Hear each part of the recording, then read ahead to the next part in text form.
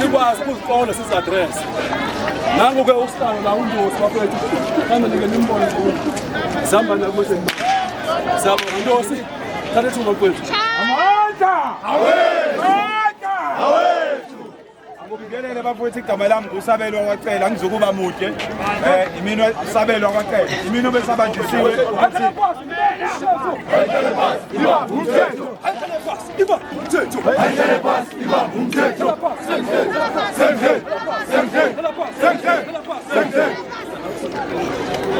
ngiphinde ngibingelele usabelwa kwacela lo besabanjisa isihlalo sokuba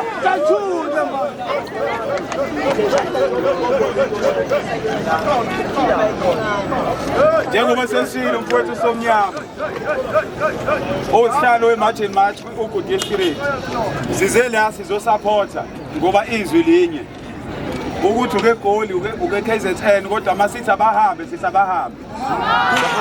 kunento engifisa usikalo si-address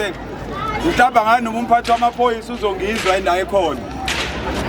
le esiyibona la ngiyibonile okokuqala ngayibona okwesibili le ibhame engaka ayivumelekile le ibhame engaka ngisho amaphoyisa waziphethe inhlokohle engaka baba ibambe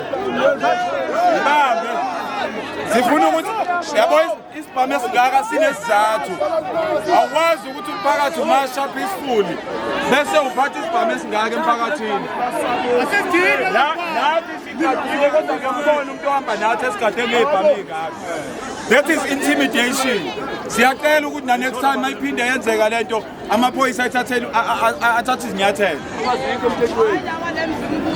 amandla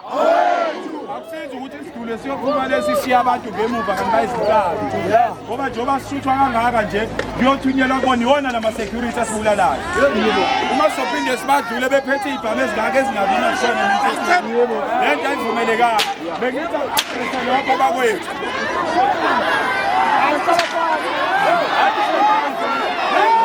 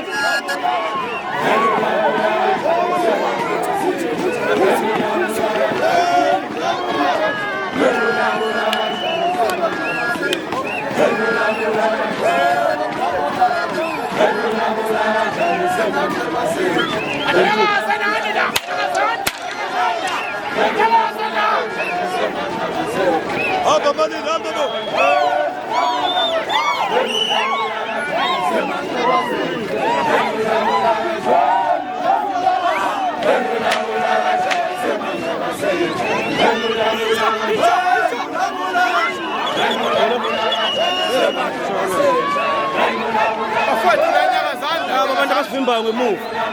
omama lapho bavimbile